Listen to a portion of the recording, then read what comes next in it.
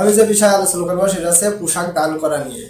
এই যে আমরা অধিকাংশ সময় যে আমরা পোশাক দান করি, সে পোশাকটা আমাদের ব্যবহৃত পোশাকও হয়। তো অনেক সময় দেখা যায় যে ব্যবহৃত পোশাক কিন্তু ব্যবহার করতে করতে যখন পূরণ হয়ে যায়, যখন সেটা আবার ভালো লাগে না, তখন কিন্তু আর একটা লোককে সেটা দিয়ে দিই।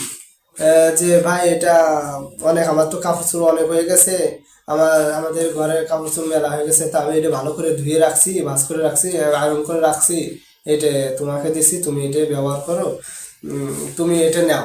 এরকম কিন্তু অনেক অনেক ফ্যামিলির থেকে, অনেক পরিবার থেকে এরকম করে করে কিন্তু এই কাপড় চোপড় দান করে। অথচ এই ওই যে যে দান করলো, যে কাপড়টা দান করলো, যে একটা কাপড় মানে সে ব্যবহার করার পর আরেকজনকে দান করতেছে, কিন্তু এটা কিন্তু মানে শরিয়াতে মানে না, আর এটা কিন্তু ভালো দেখায় না। কারণ হ্যাঁ, তুমি তারে একটা পোশাক দিতে চাচ্ছ, তুমি একটা দোকান থেকে একটা পোশাক কিনে দাও, কিন্তু তোমার যে বাড়তি হয়ে গেছে, বাড়তি হয়ে যাওয়ার পর যে সে তোমার ব্যবহৃত পোশাকটা দিচ্ছ, আবার কি বলতেছো যে ভালো সুন্দর করে ধুয়ে রাখছি, আয়রন করে রাখছি, ভাঁজ করে রাখছি, প্যাকেট করে রাখছি, তোমারে দেবো বলে তুমি এটা নেও, মনে কিছু করো না, আমাদের কাপড় চোপড় অনেক হয়ে গেছে। তো তা এই যে ভালো আছে, নতুন আছে, বেশি কিছুদিন পরি নাই, কিন্তু হ্যাঁ তুমি একদিন পরো, একদিনও পরো নাই, কিন্তু তুমি দিবা কেন? এটা পরো, ব্যবহৃত জিনিস। তোমার আল্লাহ পাক তো এটা শিখায়নি যে তুমি ব্যবহৃত জিনিস আর একজনকে দাও। এখানে তোমার, হ্যাঁ তুমি যদি দিতে মন চায়, তোমার যদি দিতে মন চায়, একটা লোকের একটা কাপড় দিতে মন চায়, ব্যবহৃত মানে পোশাক দিতে মন চায়, তাহলে আহ, দোকান থেকে একটা নতুন কাপড় কিনে এনে কিংবা পোশাক কিনে এনে তাকে দাও, দান করো। সে দেখবে অনেকটা খুশি হবে, যে না, সে দোয়াও করবে যে আমার তো পোশাকাদি নেই, আমার তো চলাফেরার সমস্যা, যার কারণে সে একটা পোশাক দিছে, আমার এটা পরে চলাফেরা করতে পারবো।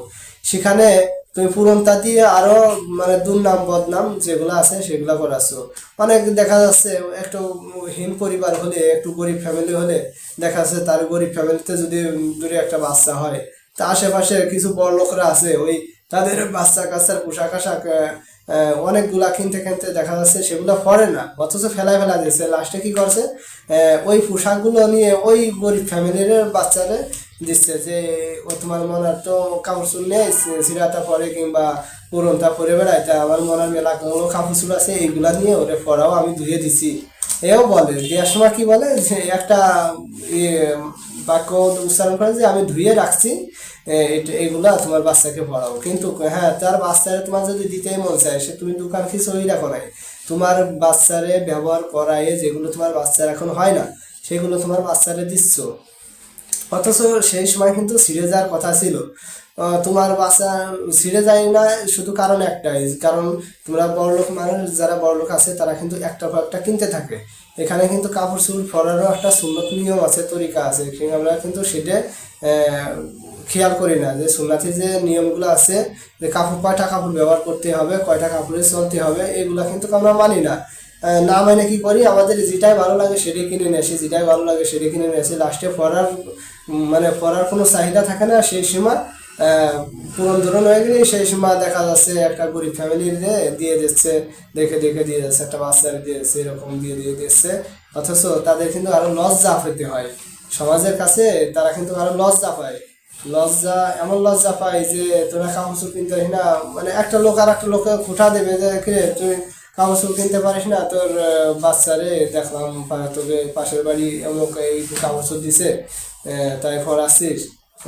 আবার দেখা যাচ্ছে যে ওই ওই বাচ্চারা যখন একটা গরিব বাচ্চারা কাপড় চোপড় পরায়, আর যে বড় লোকরা দিচ্ছে সে বাচ্চারা কিন্তু কাইসে বলে এই কাপড় আমার, তোরে আমি দিছি, তুই ভরতেছি, এরকম। এটা কিন্তু লজ্জার বিষয়। তো হ্যাঁ, তোমার যদি কাপড় চোপড় দিতে মন চায়, তো একটা বাচ্চারে তোমার দিতে মন চায়, দুই এক সেট দিতে মন চায়, তাহলে তুমি দোকান থেকে কিনে দাও। আর তোমার বাচ্চার তো অত কাপড় চোপড়ের দরকার ছিল না কিনার, যাতে তোমার বেশি হয়ে যাচ্ছে। তো পরিপূর্ণভাবে শরিয়াতের মধ্যে থেকে ইসলামের যে মানে বিধান আছে, সে হুকুমগুলো মেনে চলে, যে কাপড় চোপড় ব্যবহার কর কিভাবে, এই কাপড় চোপড় যাতে বেশি না হয় সেই ব্যবস্থা সেভাবে আমরা ব্যবহার করব, যাতে আর যদি হ্যাঁ কাপড় চোপড় যদি একটা গরিব ফ্যামিলি দেখি যে তাদের কাপড় চোপড়ের অভাব, তোমার ব্যবহৃত পোশাক না দিয়ে তুমি একটা কিনে সেই পোশাকটা দাও, যাতে সে নতুন কাপড় পায় অনেকটা খুশি হয়, তোমাকে দোয়া করে, যাতে সেই দোয়ার ফলে তোমার আয় রোজগার বৃদ্ধি পায় আরো এরকম কিছু। কিন্তু এখানে আমরা এই ভুলটা আর করবো না যে আমাদের যে ব্যবহৃত কাপড় আর একটা লোকে দিয়ে তাকে আরো মানে ছোট করব, এই ছোট যাতে আমরা না করি সেই বিষয়গুলো লক্ষ্য রাখবো। আমাদের ব্যবহৃত কাপড় মানে আরেকজনের দিয়ে মানে তারা ছোট করা, আর যখন আমরা একটা কাপড় তারা কিনে দেবো যে ভাই একটা কাপড় তোমার এখন কিনে দিতে মন চাচ্ছে, তুমি এই কাপড়টা নাও, এই পোশাকটা নাও, তোমার আমার মন চাচ্ছে, এরকম ভালোবেসে কিছু কথা বলে দেবো। আর আমরা কি করছি আমাদের পোশাক ব্যবহৃত পোশাক দিয়ে বলতেছি, আমার বলি যে বেশি দিন পরি নাই, ধুয়ে রাখছি, আয়রন করে রাখছি, ভাঁজ করে রাখছি, তোমাকে দেওয়ার জন্য, ভাই তুমি এটা নাও, কিন্তু তারা কিন্তু কারো ছোট করা হলো। আর হ্যাঁ তুমি দাও, তোমার পোশাক ব্যবহৃত পোশাক দিতে হবে দাও, কিন্তু এটা কিনে দাও। আর তোমার এত এত পোশাকের কি দরকার ছিল যে তোমার ব্যবহৃত পোশাক দিতে হবে? তুমি একটু কম করে পড়ো, তুমি তারপরে যদি মনে করে মাসের দিতে মন চায় তুমি দোকান থেকে নাও। তো এই ছিল আজকের আলোচনা যে আমরা পোশাক ব্যবহৃত পোশাক আমরা দিয়ে তাকে ছোট করবো না। এইগুলা আমরা একটু লক্ষ্য রাখবো যে, আর এগুলা দিয়া কিন্তু অনেক অনেক কথাবার্তা আছে, আমি সেদিকে যাচ্ছি না, যাবো না। তো যাতে আমরা এই ব্যবহৃত পোশাক যাতে না দিই, হ্যাঁ যদি পোশাক দিতে হয় তাহলে আমি বারবার বলতেছি, যদি পোশাক দিতে হয় তাহলে কিনে নতুন পোশাক দিতে, যাতে সে খুশি হয় আর খুশি মনে নিয়ে আল্লাহর কাছে ফরিয়াদ করে, যাতে তোমাকে দোয়া করে। আর পুরনটা দিলে না সে আরো লজ্জা পাইল। তো যাই হোক, ভালো থাকবেন, সুস্থ থাকবেন।